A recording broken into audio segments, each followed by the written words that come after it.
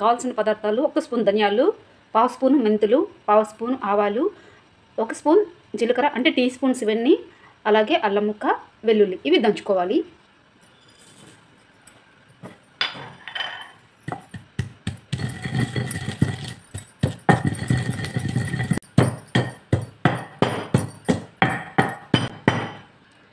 కొద్దిగా మిరియాలు, అలాగే కరివేపాకు.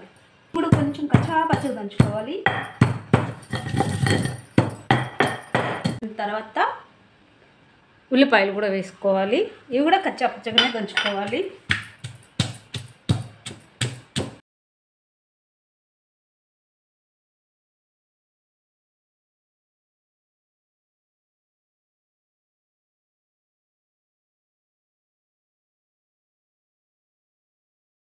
ఇది ఒక ప్లేట్లోకి చూడండి, ఇలాగే ఉండాలా, అప్పుడే రసం చాలా బాగుంటుంది. మంచి చలికాలంలో ఇలా రసం చేసుకుంటే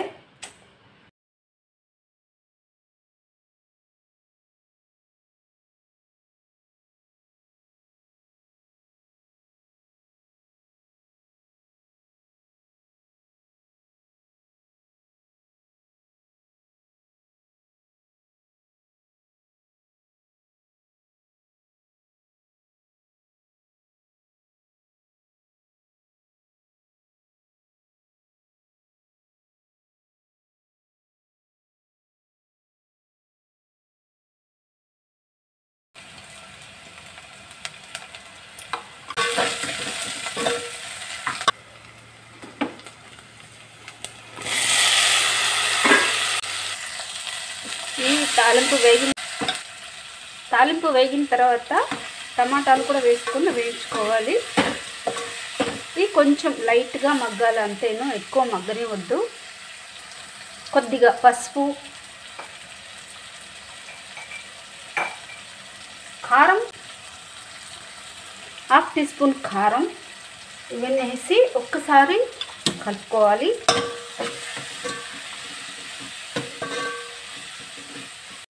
ఇవన్నీ వేగాయి కదా, వేగిన తర్వాత చింతపండు పులుసు పోసుకోవాలి. నేను ఆల్రెడీ మిక్స్ చేశాను, ఒక నిమ్మకాయ సైజ్ అంత చింతపండు పులుసు. ఇది బాగా కలుపుకోవాలి.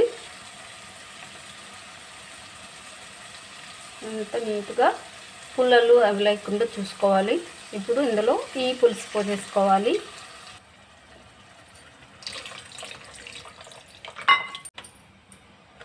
ఉప్పు 1 టీ స్పూన్ వేసాను.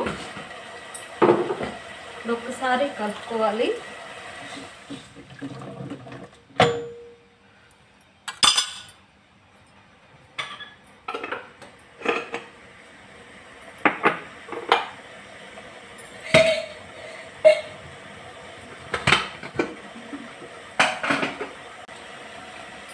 పప్పు ఉడికించుకున్నాను. ఫస్ట్ ఈ నీళ్ళన్నీ పై నీళ్ళు వంచేస్తున్నాను. పప్పు కొంచెం మెత్తగా వెనుక్కోవాలి. నీళ్ళతో ఎనిపితే పప్పు అనేది మెదగదు, అందుకనేసి నీళ్ళు మాత్రం వంచేస్తున్నాను. చూడండి, మెత్తగా రుబ్బుకోవాలి. ఇలాగా ఈ పప్పు నీళ్ళు వేసేసి ఇంకొంచెం మీకు కొంచెం ఏంటంటే మీకు ఎంత పలసగా కావాలో అంత వేసుకోవచ్చు. ఇంకొద్దిగా నీళ్ళు వేసుకోవచ్చు. ఇంకొద్దిగా నీళ్ళు, అలాగే కొంచెం కొత్తిమీర వేసుకొని ఫ్లేమ్ తక్కువలో పెట్టి, అంటే మంట తక్కువలో పెట్టి మూత పెట్టుకొని నెమ్మదిగా మరించాలి. కరివేపాకు చూడండి, చిన్నవి, మంచి అరోమా వస్తుంది, అంటే మంచి వాసన వస్తుంది. ఇప్పుడు మూత పెట్టి నెమ్మదిగా సిమ్లో పెట్టుకొని మరిగించాలి.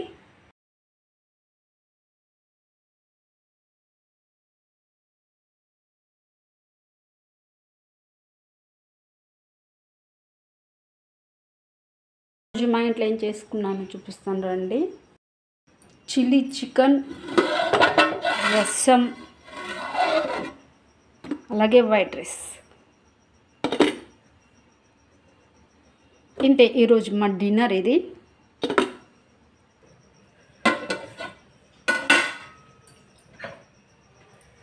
రసం అయితే అయిపోయింది, రైస్లోకి వేస్తున్నాను.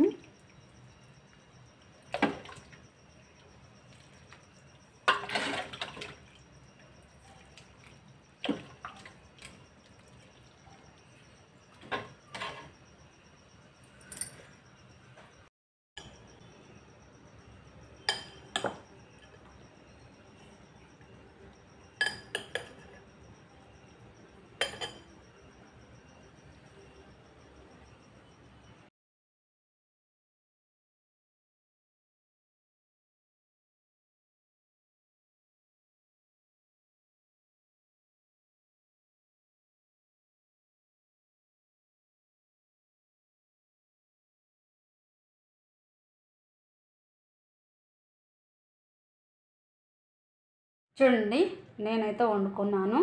వేడి వేడి అన్నంలో ఇలా వేసుకొని ముద్ద చేసుకొని తింటేనే చాలా బాగుంటుంది, చాలా టేస్టీగా ఉంటుంది.